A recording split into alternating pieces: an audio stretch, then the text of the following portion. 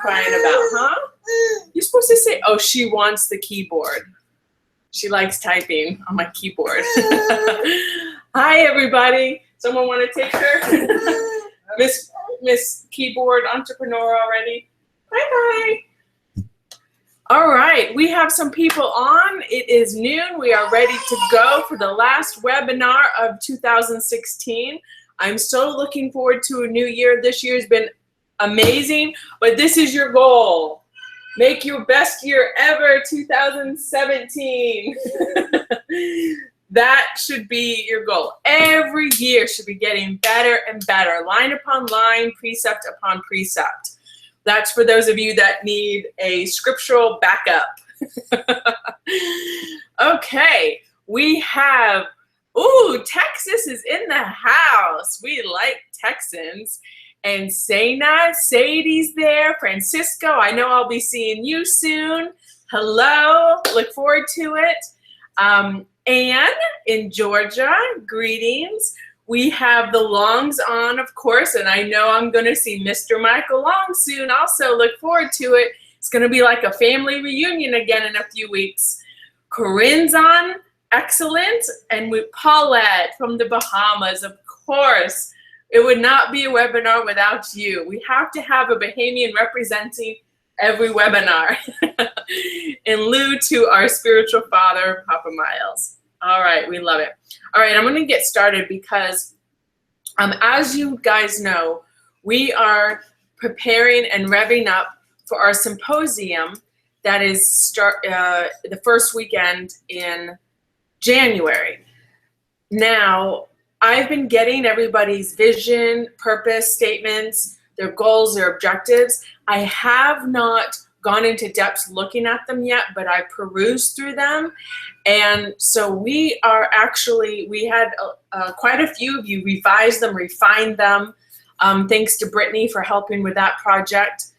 I really want you guys to be ready for 2017. So when you do come, you're bringing a plan already, and we're going to help you get to actually implement it. And so I'm customizing this Agents of Change Symposium for the people that are coming. We have closed registration because the requirements for the people attending it, they had to go through the first 3 courses and submit their vision and their purpose. From there, we are developing our symposium for those that are coming. Now, for those of you that were not able to make it, I know there's quite a few of you that you weren't able to get your homework done. You found out about it too late. We will be doing one in 2018. So don't fret. Do the courses of the School of Influence, because in essence, you're doing homework on yourself. This is your life. So we just want to help you help you. That's the overall goal. And in doing so, it enriches and advances the overall vision of what God wants done. Okay, we have more people logging in. We have, oh my goodness, it's 4 a.m. in New Caledonia, and Katisha is logging in at 4 a.m. You are amazing. You know, Jesus used to get up, they think, around 3 a.m. every morning because the sun rose around 5, but he got up before the dawn. So keep up the good work, Katisha. You're well on your way, getting up early. Karen in North Carolina, hello. And Susan in Omaha. Oh my goodness, I hear it's -3, I think, in Omaha today. My husband is in Wisconsin, and I don't know how people live up there. I call it the tundra zone. So you guys keep warm, drink your hot chocolate, get in front of the fire, be careful on the roads. I see there's so many car accidents for all of you northerners. Mira's on, Eunice from Iowa, keep warm up there. And oh, some people in Orlando, Shakima and Kiara, and Maurice in the Netherlands. Hi, Maurice. We love our international crew, the Europeans, also checking in. Okay, so back to the topic on hand. If you were not able to meet the requirements for the symposium this year for 2017 symposium, then please work on your homework, go through the courses, and we will see you in 2018. My goal is to do it the first week or weekend of every year, so we can start you off right. So you can continue every year being the best year yet. All right, that's the goal here.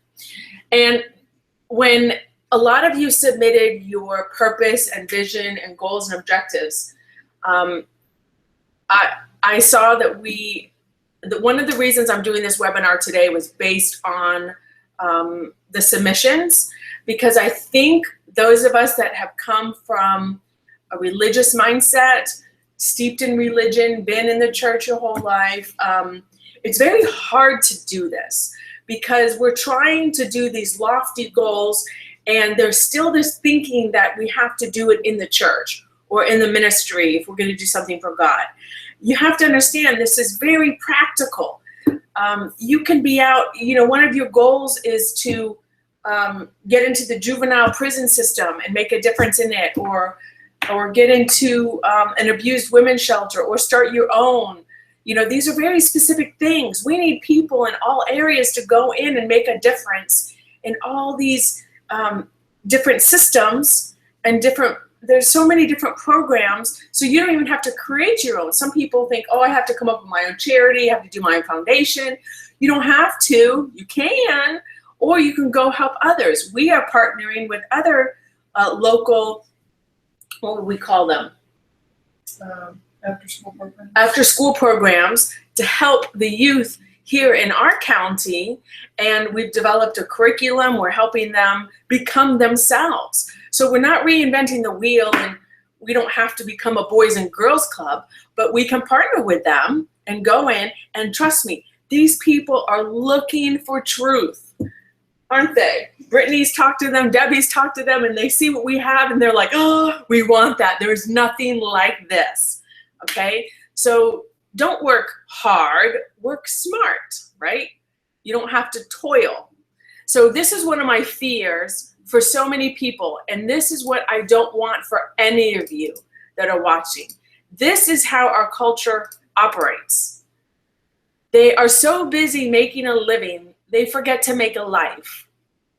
And trust me, the years go by so fast, and here we are chasing the mighty dollar because we have bills to pay and a mortgage loan due every month, that we don't make time to make a life. And this is why I did the School of Influence, to help you guys go through the steps, the same steps I went through with Dr. Miles Monroe's mentorship program. I applied it, me and my husband both, respectively, and now we are living our dream in all regards, in any way you want to look at it. And I got to tell you, there's nothing like it. Now we are in control of our life to the degree that we can be. And I have to tell you, we're making a difference. So I want you to understand, life goes by so fast. So don't let 2017 be like all the past years where you just barely made it through. Oh my gosh, I made it. And I was able to pay my bills, or I was just, punching the clock every day, going to a place you hate. There is nothing more depressing. Absolutely nothing. So here's some secret keys that I want you to understand. I pulled up a few slides because we're visual people.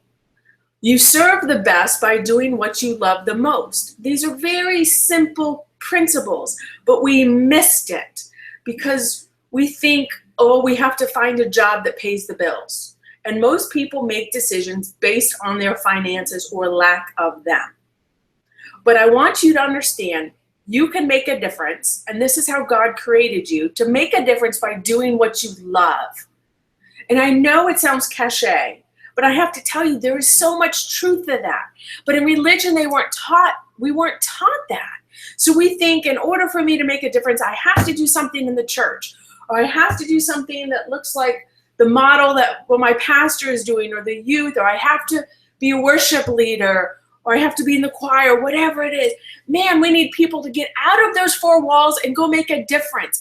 Jesus told us so many parables. Let them grow with the weeds. Let the wheat grow with the weeds. So we have to grow out in the world. How can we make a difference if we're stuck inside doing what we think we're called to do inside the four walls of a church? So I want you to understand, whatever you were born to do it.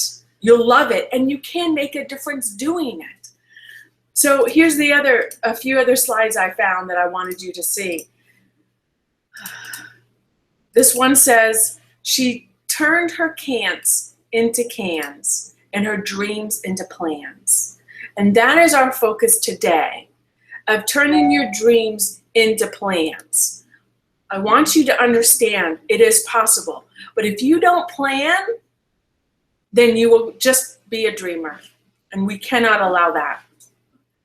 You will always be successful doing what you love, period. This is how God designed life. Everything in nature teaches us this. All right, okay? You have to understand that a tree starts out as a seed, and when it's doing what it was born to do, it's successful. We see that when it bears fruit. If it's not successful and there's no fruit, Jesus cursed the fig tree. We see what happens. So success is built into every product that God made. But in order to become successful, you have to do what you were born to do. Otherwise, it's not natural. And you'll hate it. And you'll be toiling. And you'll be struggling. And you'll be frustrated. So I want you to understand, it is as simple as that. Whatever you love doing, you will be successful at. And you can make a difference in the world. So don't be afraid of doing what you love to do. And here's my last slide I'm going to share with you guys. It takes 5 steps to do this. Your passion becomes your legacy when you serve others by being who you are and doing what you love. That is the key. That's like the whole school of influence in a nutshell right there. It's that simple. But we've been so indoctrinated against this. It's just absolutely amazing. And I saw this when majority of you submitted your vision and your passion, what it is you were born to do. I'm like, they don't know what they were born to do. Not everybody, but many. Because we've been sitting in the church and we've been trained out of becoming ourselves and thinking it has to look how the church has portrayed it. And that is not true. I'm making a difference as a hotel person. My husband's making a difference as an architect. Okay, it seems so secular, like that's how we've looked at it when we're sitting in the church walls. When we look out, we think that's not how you make a difference, but it is. Because when you're successful, people notice and you become influential. Now, if you're not successful in an area of life, how can you influence other areas of life? And it doesn't matter what your gifting is. It can be in, I got a beautiful email from somebody's in the program. They're a true agent of change. They live in Texas. I got an amazing email from them, and they've been planning and working, and it has to do with shoe design. And they're branding it, and they're coming up with their logo and their slogan, and they have a vision, and it's all going to glorify the kingdom of God very subtly, but they're going to make a difference in that industry. And we need people in the design industry, in the clothes, and in fashion. So in every area, in any area you have a passion for, do it. Because this is what you were born to do. God created you in that manner. So this is how it works. I love what I do because I'm good at what I do. Because I love what I do. Because I'm good at what I do. It's just a little cycle. It's that simple. So whatever you were created to do that you love, do it. And you can make a difference for the kingdom of God by doing it. It's that simple. So here's what I want to talk about today, because this is the last webinar for 2016. And most of you should have already planned 2017, 18, 19, and 20. Now, some of you have not even thought about what you're going to do in 2017. Maybe you've thought about a New Year's resolution. I am not talking about a New Year's resolution. I'm talking about your life. I'm talking about 365 days in 2017. How are you going to spend your time? Well, it's regulated by your vision. Now, if you don't have a vision, then you're just going to waste another year. So I want you to understand that the most powerful forces and the most important force on the earth are time and change. You can make changes so 2017 doesn't look like 2016. You should have something to show for 2016, whatever it is, and that'll look different for everybody else. If you have nothing to show for how you spent the 365 days, then you need to sit down before 2017 and make a plan. These are the only guarantees in life that we have is time. It levels the playing field. We're all given the same amount of time. The key to life is how you handle time and change. Trust me, we are living in monumental times. Change is happening rapidly. It's happening daily. So when change happens, if you have a plan, you're usually not affected by the plan. A lot of people are making plans based on the changes that are happening in our society. That's not how it operates. That's not how vision works. So the key to life is initiating and managing time and change. You make the change that you want to see done in 2017 because you are going to plan your time. Success is 100% in your hands. You have the creative ability because you are made in the nature and image of God to create your future and plan for it now. I have to tell you, since I learned these principles in 2010, I am amazed how you can actually create your future. You don't have to wait for it to happen haphazardly. You can plan your future. And trust me, it works. I'm the biggest believer. My life is proof of these principles working. So there's many benefits to change. And I know as we get older, we don't like change. You see the people in this room? They've all had to make big changes. Are you regretting the changes you've made? No. Are you grateful you made some big changes in your life? Okay, good. I'm not the only one sitting here. So change is the greatest motivator for progress and advancement. You cannot make progress in life until you plan change. Now, I know that scares a lot of you, but you have to be a risk taker. Agents of change are risk takers. You have to have a core fundamental belief in yourself. I know I receive some of your visions, and some people question everything. Listen, take a risk. Step out and do something. If you don't plan for a change, you'll have no progress. There will be no advancement. Now listen, yes, you may fail, but at least you've done something and you'll learn from it and pick up and try again. I got to tell you, I have seen my father, he's been very successful in his life, but he's also failed at some things. I know one company he failed at cost him $16 million. That's crazy. It was a medical device company. He was making tiny little wrists and tiny little parts for things, and he bought all the lathe machines, everything from Germany, all the best stuff, imported it here, set up a big warehouse, and started making little wrists and little body parts. What a mistake, but he learned a ton. But he had made a lot of money in the rock pit. We have a dirt mine, rock, dirt, sand. So with the money he was making during the heyday before the crisis, then he took a risk and started this medical company, and it failed. But there's other things he's done very well at. So take a risk. Don't be afraid. You know, I had somebody say to me, oh, this multimillionaire, what does that say about them when they file for bankruptcy? You know how many times my father has lost everything? He hasn't had to file for bankruptcy, but that's a sign of a risk taker. Okay? Now, if you're doing this for God and you know God is in it, it's really that much of a risk. It's faith. And that's where we go. That's why people get so sidetracked, is because they're living by what they see. Now, I'm not talking about you go and you quit your day job. We've talked about how to transition, but this is what you have to do. You have to start planning for that transition, planning for that change, whatever it is, because change brings out your potential.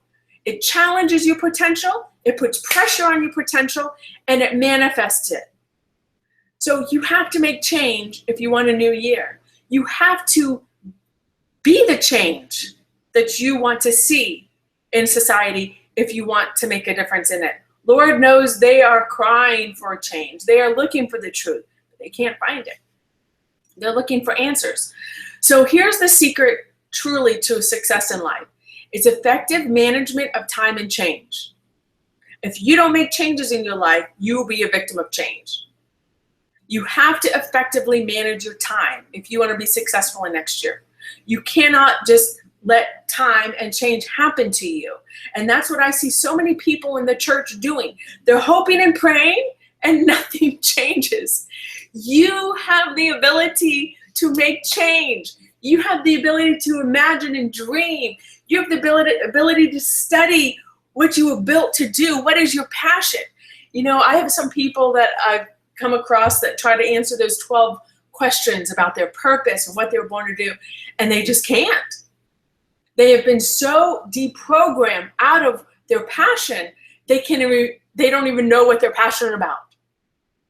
So you have to understand who you are, how you tick, what makes you tick. What is it?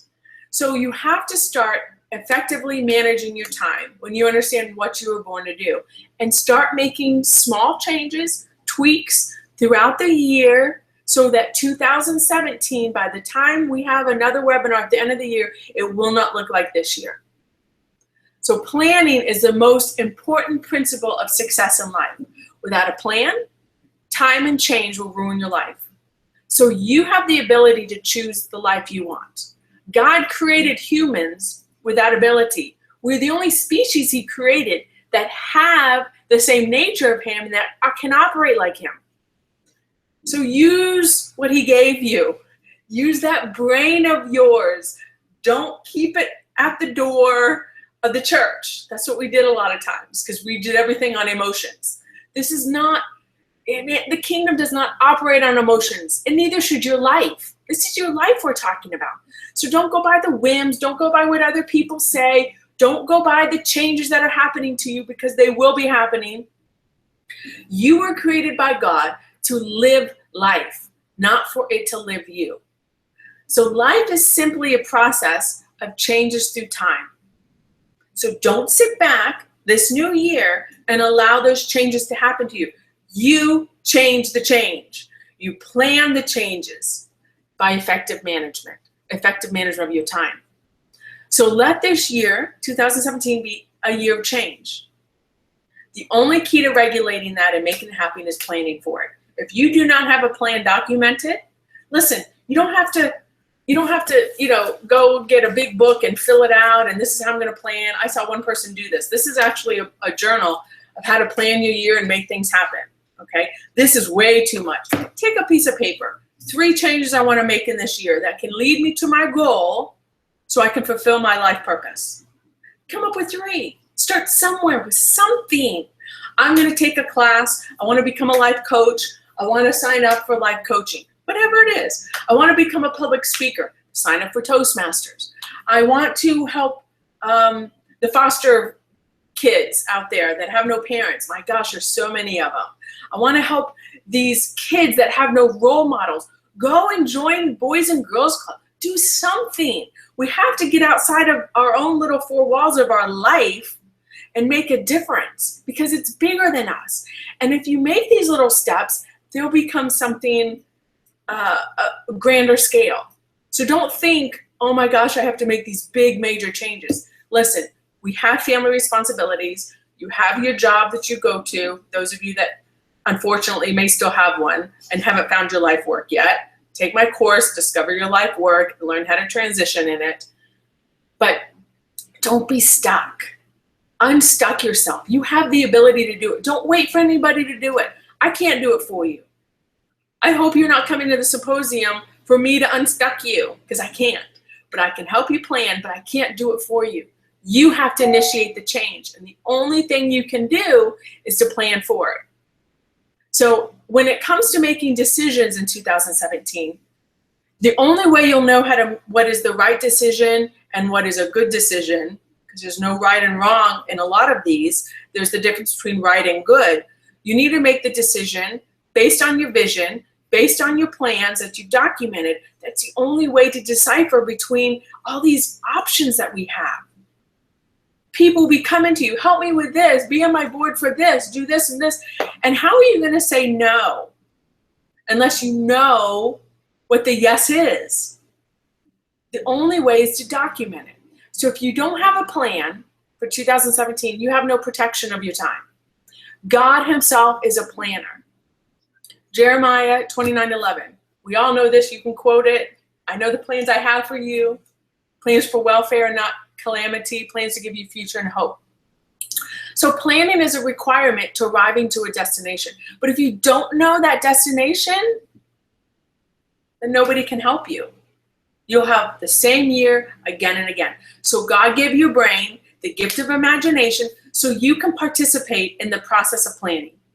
We are the only species. Animals live on instinct and reaction.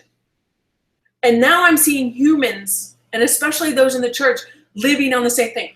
Oh my gosh, we're going to be, going to nuclear war. Oh my gosh, this war's going on. Oh my gosh, this and that. And they're making decisions based on instinct and reacting to the changes that are happening. Changes are going to happen. There's nothing we can do about that, but you can make changes in your own life. So your goal before January 1st of 2017 is to make a good plan. For your plan is like a roadmap. It shows the final destination and usually the best way to get there. It is that simple. So again, if it's anything, write down 3 things. So it's easier for you to change a plan than not to have one. Plans are not a prison. And a lot of people get stuck on that. I have plans. I have plans for 2016, 2015. Not all of them came to fruition. Some of them I had to tweak. Some I had to move beyond to 2017. Change is your friend, but you use change to create the life that you want. You be in charge of your life. Don't sit back, again, hoping and praying. You are a child of God and made in his nature. You have the capability to do something about it. It's completely up to you. So planning protects your life from depression. I know I've received some emails this week, the office has, for people even that have planned on coming in January. Some of them can't. Some of them have health issues going on. We're praying for them. We're praying for you guys, those of you that know who you are. But this will save you from depressing seasons, because we will all go through them. But understand it's a season. And when you have a final destination, it helps you get through that season. And life won't be so depressing. And here's a key, Proverbs 20:18. Make plans by seeking advice. If you wage war, seek guidance first. Make a plan and then go to somebody for some guidance. Listen, this is what I see. This is what I plan on doing. This is it, da, da, da, da, and go for advice. One of the biggest mistakes, and Dr. Miles talked about this in a mentorship meeting once. He said, a lot of times people come to me and they say, look, this is what I'm going to do. And they just show me and off they go. And they didn't even ask for advice. Like if you're submitted to somebody and they're your mentor, say, these are my plans, what I'm going to do. What do you think? Do you have any advice? Because maybe they can help you. I'm sure they can. Usually they can. So be wise. Seek advice. So the plans of the diligent lead to profit, as surely as haste leads to poverty. Proverbs 21:5. So you can plan your poverty by not planning your profit. Plan for success. If you don't, you're planning to fail. So Dr. Miles said, whether you succeed or fail, depends on the plan you have or you don't have. You have control. So this is the news flash I have for you. And some of you understand this because of what you've submitted to come to the symposium. Planning is more work than the actual work. The work is easy compared to sitting down and planning for it, because you have to stop and think. And in our culture, we aren't taught to think. Other people are thinking for us. Other people on our newsfeed are telling us how to think. Everyone's putting their opinion on there. turn off that for a moment and stop and think. Now you may say, I don't have time, I have 5 kids, they're running around, I get it. There's gotta be a point in your day when they're all in bed and you can sit and think. Or say, listen, everybody, I'm gonna go take a bath, give me 20 minutes and lock your bathroom door. I've had to do that. It happens. And put your husband in charge of the kids or vice versa. And at least spend 20 minutes with the TV off and your brain activating, thinking about what the changes you wanna see. You just have to take time to do it. Take a lunch break. Go to a restaurant, sit by yourself, go sit outside, do something. So here's the definition of planning. It's the management of the distance between the conception of your idea and the final destination. How are you gonna get there? But if you don't have a destination, then you're gonna repeat your history. And none of us have time for that. So you must apply, in 2017, purpose to the time we have. Listen, time goes by. There's so many of my loved ones that are gone. You don't know how much time you have left. You don't know if this is your last year on earth. We had one person that had a major health issue this week, and I'm shocked because she's young. I'm like, what is going on? This is crazy.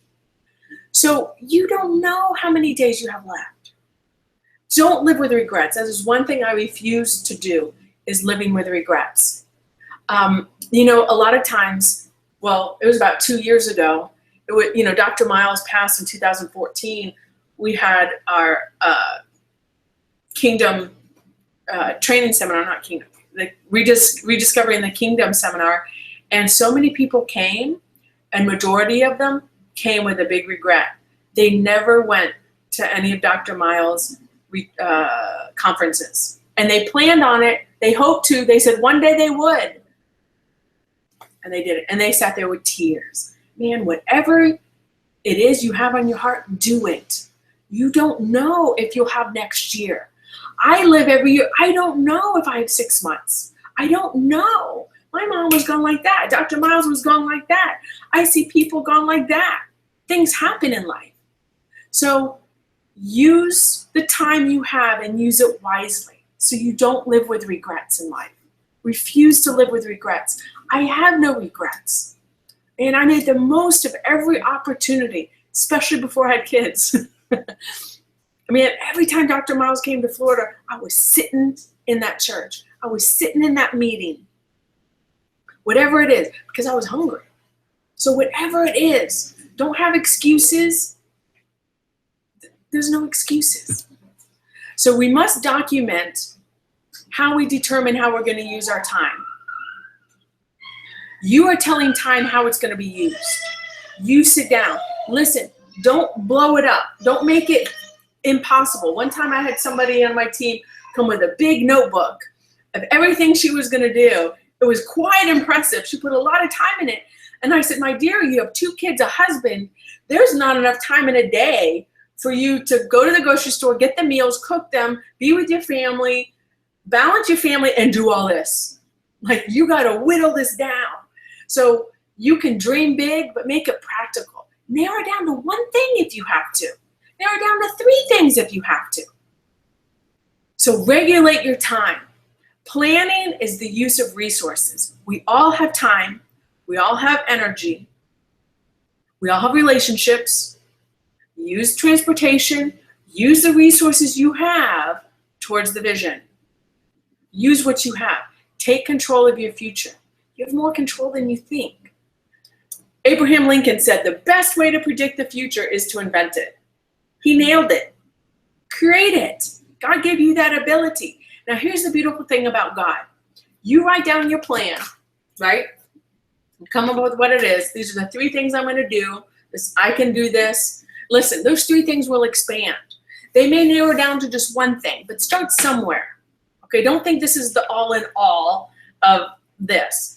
There is room for detouring, but at least you have a plan. Okay, now you're giving God something to work with. And then he will take your plan and exceed them. Remember, he's able to do exceedingly abundantly all of far above what we can imagine or think. But you got to think. You got to imagine. You got to write it down. Ephesians 3:20. Now to him who is able to do immeasurably more than we ask or imagine, according to his power that is at work, where? Out in the celestial, out in the universe, as the New Agers say. No, it's in you. It's according to the power that's in you, because he's in you. You have the Holy Spirit. I think, a lot of us are going to have regrets when we make it before God, and like, oh my gosh, I didn't even use him as a resource. Honestly, he's the best resource. He's given us all resources, but don't forget the God factor. We limit him because of our limited thinking. Don't limit yourself. Write something. So stop asking God for a plan and give him one. Write down something. Give him something to work with. That's the problem. Nobody's giving him anything to work with. We weren't trained. I wasn't trained that in church. Most of us aren't. I'm not saying everybody's not, but I sure wasn't. I was around. I went to Oral Roberts University. I went to Kenneth Copeland conferences. I went everywhere. And my mom dragged me everywhere. Those are sayings. My mom dragged me to church. My mom dragged me here. Yes, I was dragged everywhere. You slept under the pew, Debbie? Debbie used to my nieces did. So here's what I have discovered. And this is the truth. I have discovered that you create your future by living out your vision, by bringing the future to the present, by activating your faith now. That's what it takes. It's exhilarating to function like your Father in heaven. You were created to function like your Father. You have that ability. But man, we've been living so far below. I swear we're acting like we're animals. We just live off instinct. Oh, I feel like this. I'm going to go over here and do this. Oh, I'm being led over here. I'm over here. And we have these lofty things. Man, sit down and make a plan. Give God something to work with. You operate like him. He'll take this. He'll blow your mind, exceed your expectations, and now you have something to show for 2017. Don't let another year go by. I don't care what it is. So here's the bad news. I call it bad news because I love planning. I like seeing things happen. I love making things happen. Isaiah 32:8 says, make noble plans, and by noble deeds they stand. But here planning is for the earth. Where's the scripture? Did I not have it on here? Oh yeah, here it is down at the bottom. Ecclesiastes 9:10. Whatever you find your hands to do, do it with all your might. For in the grave, where we all are going, there is neither working nor planning nor knowledge nor wisdom. That's bad news to me because I love creating. I love operating like my Father. I love dreaming, using my imagination. What are we going to do? What can I do? Here's a team. Here's people. What are we going to do? Where's the needs? How can we fill these needs with the resources and the giftings that we have? There's nothing more exciting in life. Otherwise, you feel like a robot. I am going to do my job today. I will clock in. I will eat my lunch. I will talk to my coworker. We're going to gossip for a while. Then I'm going to go home. Then it's like the same routine. That's horrible life. Oh my goodness. That's depressing to me. So you have the ability, and the greatest act of faith, and everyone hears me say this, is preparation. How do you prepare? By planning. That's the greatest act of faith. You have to use your faith. You have to take a risk. It's not really a risk. We think it is, but they're really not. It's faith. So don't be afraid. Just do it. Do something. Make your noble plan, and you will stand on them. So here's the need to plan. Planning without action is futile. So you can write some stuff down, but if you don't initiate it, then it's for nothing. So you must initiate your plans. So those of you that are coming to symposium, don't come and waste your time and write your plans down if you're not going to do anything about it. I'm just going to tell you that right now. Don't waste your time. Don't waste your money. Here's what Zig Ziglar said. If you don't have daily objectives in your life, then you qualify as a dreamer. And there's a lot of dreamers. There are a lot of talkers. Don't let people say, oh man, here comes that dreamer. He's all talk. There's a lot of people I know that are all talk. And you get to see that over time. So dreams don't change your life. Your plans do. Plan your way to your dream. There's nothing more exhilarating than living the dream. Now I changed it. I don't even say I'm living the dream. I say I'm living the vision. Because there's nothing more exciting in life than living out your vision. Things that I saw in 2010, I wrote them down. I refined my vision over the years. It got narrower. One thing expanded into something bigger. More people joined the team. We're doing this. We're doing this. Then Dr. Miles left us. Didn't change my vision. Didn't change things. But it amplified it. What's the word? Accelerated it. Catapulted it even more. But I already knew before he left, this is what we're going to do. And thank goodness I went to him to collaborate with it. Thank you, Lord. Okay. Let's see. I got 20 minutes left, 10 slides. I can do that. All right. Proverbs 19:21. Here's the caveat to it. Many are the plans in a man's heart.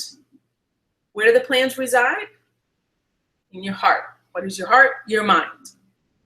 Many are the plans in your mind, but it's the Lord's purpose that prevails. So your purpose gives birth to your plan. If you don't know your purpose, then you'll probably have the wrong plans, most likely. That's why it's so important to have your purpose. The Lord's purpose will prevail in your life. So document your plans based on your purpose. Purpose is the destiny that began your journey. That's why you're here. So it's important that you understand your purpose, and then you document your plans for it. So if you understand the formula, that's why I laid out my School of Influence in a certain formula. There's a formula there. I'm intentionally training you so you can be successful in life and become yourself, and then you become significant. So the end destination is what helps you make the right decisions in life. It helps you just discern between the bad decisions and the right ones. So good is not always right. There's a lot of good things you can spend your time doing. People come to you, hey, help me with this. Come join this. We're doing this over here. This is the only way to protect you from wasting your energy and your time in 2017 is by having a plan. And I'll make it very easy for you to say no. Say, you know, that's a great charity, or that's a great foundation you're involved with, or I would love to help you, but you know, right now, it doesn't line up with my vision for my life, and I'm spending my energy on this. And you don't have to explain what it is, but I'm spending my energy this year, and I'm focusing on my vision. And I've never had anybody tell me, rebuke me for that, or say, oh, you're so selfish, or, it makes it so easy to say no when you know what the yes is. I'm sorry, that doesn't line up with my vision. So that's how you go about that. Your dreams may be real, but your plans give them breath. That's your life, is how you plan it. So here's the principles of planning. Everybody write their scripture down. This is imperative, because a lot of you have a vision, but it scares you because it's so big, which it should be. When you go to write down your plans, you're afraid to write certain things down because you think, oh, I don't have the money for it, right? I know what you guys are thinking. But let me give you a secret. Proverbs 16:1. To humans belong the plans of the heart. So here again, we see the plans are in your mind. But from the Lord comes the proper answer of the tongue. When you understand what that means, it's saying God is going to explain how the plan will be executed and financed. But you got to give them something to work with first. So the plans belong to you. They come from your mind. You are responsible for controlling time and change. So out of your mind, you use your imagination, you come up with some ideas, and then God's going to explain how it's going to be executed and finance. Now, sometimes you may get a roadblock on a certain thing, and you just sit it on the shelf for a little bit, and then it will come back to life again and down the road.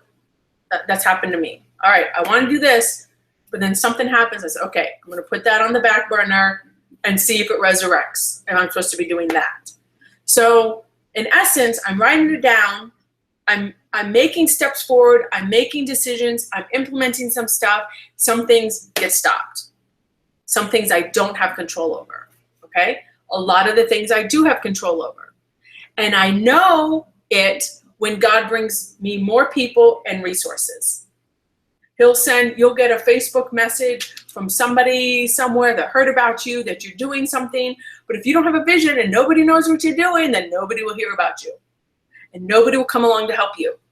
So it's important that people at least know what you're doing, okay? So God's job is to finance your plan. Because if you write down your plan based on your purpose, then he's obligated to finance it. But you're obligated to write it down. You're obligated to initiate it. You're obligated to put it into action. So here's the source of plans, and a lot of people get stuck here. Proverbs 12:5. The thoughts of the righteous are right. That's how you hear from God. So if you're right standing in the kingdom, God will speak to you through your thoughts. It's that simple. That's why you don't hear an audible voice. I always, throughout my childhood, waiting for that audible voice, listening, quiet, during the praise and worship, do I hear God? All that stuff. But here's what they are telling us. If your heart is right, then your thoughts are right. So line up your heart to God. Understand what is on his mind. Understand what is on his mind for you in your life. And then write down some ideas. Write down some things that come to your mind. It's so natural, you think it's just you. It is you, but it's him through you, but it's you. And you're like, oh my gosh, that's a great idea. And it doesn't come from you, but it does, but it doesn't, but it does, okay? So if your thoughts are right, that's God speaking to you. If your heart is right, your thinking is right, and your heart is right, write down those thoughts. But you have to think. You have to be quiet. If you spend your prayer life just talking to God all the time, then you won't ever hear him. And I think that's one of the biggest mistakes people make, is they spend too much time talking about their problems rather trying to figure out how to solve problems. Your purpose will solve a problem. And the highest form of prayer is meditation. It's being quiet. The more intimate you are with God, the quieter your prayer life is, the more listening that you do. And a note to you that came out of deep, deep, deep religion like I did. Prophets are for edification. They're for comfort and encouragement, not for instruction. They should not be telling you what to do. They are to confirm what you already know. That's a true prophet. So don't go running around. The reason some people run around listening for the prophets is because they can't hear from God themselves. I used to do that. When I was looking for my spouse, I remember this prophet came to town in Dallas, and I sat there all day waiting my turn. Like, they literally took turns prophesying through the room, and he never prophesied over me because I was dating this guy. And I was like, man, is this the one? Is this the one I'm going to marry? And he never prophesied over me. And yeah, we didn't work out. But I went looking for answers from a prophet of God. Don't look at me like that. I know I'm not the only one watching this webinar that's done that. Debbie, have you done that? Well, I have had it happen numerous times. Oh, yes. Okay, good. I'm not the only one here. They should confirm what you already know. All right. Commit to the Lord whatever you do, and your plans will succeed. The Lord works out everything for his own end. So here's what I want you to know. This is Proverbs 16:3-4. Give it your best shot. Give him something to work with. Initiate and step out and do something. It may not be perfect. It may not be right, but you're trying something. and God will work it out for his own end. But you got to give him something. But I know these people who are too afraid. What if it's not right? What if I don't know, and they never do anything. You have to take a risk, but get advice. Submit to your plan to the passion and purpose in your heart. If it lines up with what you were born to do, give it a shot. Give it a try. What do you have to lose? The Lord will make sure it works out somehow. And if it doesn't work out in the way you thought it would, it will work out somehow, some way. And you'll look back and you'll be like, man, I thought that was a big mistake, but it turned out it made this happen and this domino effect happen. And look what, thank goodness I did that. I'm telling you, it always works out like that. So the Lord is responsible for the provision, the resources, and the direction. He guides your steps. But if you don't give him anything to work with, he has nothing to guide you in. So stop praying for plans. Sit down and use your brain and write them out. Say 2017, 1, 2, 3, and come up with 3 things. It's not complicated, but we overcomplicate it because we do it out of fear. We think, what if, some of us don't take risks. Some of us don't want change. You have to do all of the above, and it takes faith. You gotta use your faith. You have to use your faith. Otherwise, nothing will happen. The plan must fulfill God's ultimate purpose on the earth for you. So we can't confuse ambition with plans. All right? Process of planning. Proverbs 16:9. In the heart, in his mind, a man makes his course, but the Lord determines his steps. So again, the plans come from your mind and the God determines your steps. So you are responsible for using your brain to make the plan. That's your responsibility. But the Lord determines your steps. Lord means owner. He's responsible for the resources. He's responsible for everything. You just got to use your faith. It works. All he's looking for some people to use their faith. Give them something and use your faith. We sit around like we're spoiled brats waiting for the stuff to fall from the sky before we do something. It doesn't work like that. Remember, Dr. Miles taught us. He told me, God is very odd. You have to jump out of the plane before he gives you a parachute. That takes faith, my friends. You have to use your faith in this new year. That's all you have. That's the currency of the kingdom. That's how the kingdom works. And again, it's not to get stuff, but it's to fulfill your vision. See, that's why you're only as wealthy as your vision. But if you have no vision, what's the point of God giving you anything? You're not going to know how to use it. You're going to mismanage it. You're gonna squander it. We don't have time for that. We need people who are dedicated. They want to live for something bigger than them. There's nothing more fulfilling in life than that. Serve your gift, whatever your passion is, but you got to make a plan towards it. And then I promise you, give God something to work with, and then jump out of the plane, and I promise you, he will give you a parachute. So here's the keys, the 7 steps to planning, given to us by Jesus Christ himself. Luke 14:28.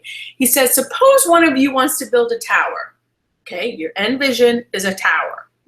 He says, won't you first thing you do, sit down, stop, sit, and think. Then he says, you estimate the cost. You sit, you think, and you stop. Estimate is you look at your resources. You predict what I'll need. That's why those of you that have gone through the course, you have to write down the things that are needed, the resources that are needed. I didn't say you had to provide them for yourself. You analyze what is needed, what is necessary. So you first sit down, estimate the cost to see if you have enough money to complete it. Then Jesus says, for if you lay a foundation and you aren't able to finish it, everyone who sees it will ridicule you, saying, this person began to build and wasn't able to finish. So let's dive into the 7 steps to planning according to this. You set a clear vision. You want to build. First thing you do, the priority, stop, think, and focus.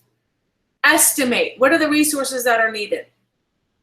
5, the cost. What is the price, the time, the demands, the changes you're going to have to make? the price you need to pay, the disappointments, and the sacrifices you're going to need to make. You have to understand it will take sacrifices.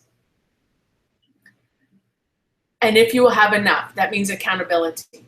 Be accountable. Have somebody with you going through the journey. Everyone should have someone they submit to, a mentor. They can track with you, and then to complete, to fulfill and finish. If your plan lines up to your purpose, then success is inevitable. That's why there's really no risk. It's faith. Don't confuse the two. I'm going to leave you with that. I think that's all you can handle right now. And so this is your homework. For those of you that aren't coming to the symposium, those of you that are coming, you've already done your homework. Now, after hearing this, you may need to revise it a little bit more, but that's okay. Do that.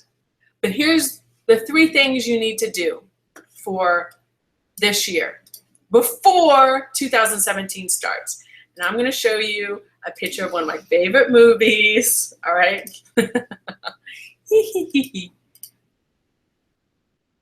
Because what we do in life echoes in eternity. This is why I do not live with regrets in my life. I make decisions based on my vision, and I will not ever have regrets. Because I know how I spend my time and what I do with my time and who I spend my time with and what I produce with my giftings will echo in eternity. And I don't want to live eternity with any regrets. I should have, I would have, I could have. I won't do that. I refuse to do that. So here's the 3 things so you won't have any regrets. Ask, right? Think and imagine. Sit down, talk to God. Then think. Use your imagination and sit down and plan. That's your homework. Take some time. Have a conversation with God. Have a conversation with yourself. Imagine, use your imagination, the creative ability that we all have. 2017, 1, 2, 3. Even if it's that fundamental, do that. A real vision is more encompassed than that, but start with something. Give God something to work with. Have 2017 be your best year yet. You will have to make some changes. It's necessary. You have to make some sacrifices. You will have to take some risks by using your faith, but it's all worth it. In the end, my friend, you'll be living the vision just like me, just like so many people on our team, just like so many other agents of change that I know of out there that went through Dr. Miles' mentorship program. Listen, there's agents of change out there, but not all change is good. They've put some agents of change on magazines and, that are making changes in society that I think is disgraceful. That I think is animalistic. Just, I do what I want, I do how I feel, and it's okay, and I don't answer to anybody, and this mindset that our culture is living with. Listen, we need godly women and men to be true agents of change that have principles, that have godly values. I hear these words, values, being thrown out like as if they're real values from people with wrong mentalities. They're bringing their values in to influence our culture and our children. We need agents of change like you, and those of you that are coming to the symposium, to bring the principles and values of God back into society. We have to. We absolutely have to. We don't have a choice. Do not live with regrets. Let 2017 be the year you started your vision. I thank God I did this in 2010. The years have gone by so fast, but every year is built on the previous year of when I implemented it. And don't think it has to be religious. A lot of you send in this, I can tell you come from religious thinking. Make a very practical purpose, very practical vision, what you're going to do. We send out examples to try to help you. Don't send these lofty, vague things. Be very specific. What change do you want to make? What changes are you going to make in your life? All right? So it's 1 o'clock. I got work to do. I'm managing my time effectively. I appreciate you guys. Our friend who came in at 4 in the morning from I don't even know where you live. God bless you. I pray that this has been amazing. Let me give you guys one more tip. I'm going to show you, for those of you that are procrastinators, those of you that need help with your time management. Thank goodness for technology. Some people need stuff like this. I found one for you. Here's an app. It's free. It's called Finish, and it looks like that. I'm showing you what it looks like because there's a lot of different ones. But that app is called Finish, and it's to help you manage your time, short-term goals, mid-term goals, long-term goals. I haven't gone in it and played with it because I've got mine, all right? And I don't need this, but some people do, and that's okay. Use technology, use these things, put your 1, 2s, and 3s, set your goals, go through my course, do the vision stuff, invest in yourself. Man, you are your best commodity. You were created by God. You are your own best commodity. Invest in yourself. Go through the course, read the books I suggested. Papa Miles did all these books. My things are, my shelves, those are all his books up there. Go through his books. There's so much wealth of information. You know, those are the two best commodities, Papa said, is other people and books. Thank goodness Papa wrote 69 books. He didn't leave us empty-handed. He did not want to write books. When he told me to write my first book, I said, do I have to? I don't want to. Do I have to? And he says, you sound like me. He did not want to. Papa Miles put a demand on my potential. So now I had to write a book. Now I know how to write a book. Now I'm writing a book, a real book. I mean, that book was a good book, but that one was easy for me to write. This one's more challenging, but I'm going to get it out. It's done. I think I have to shorten it. It's huge.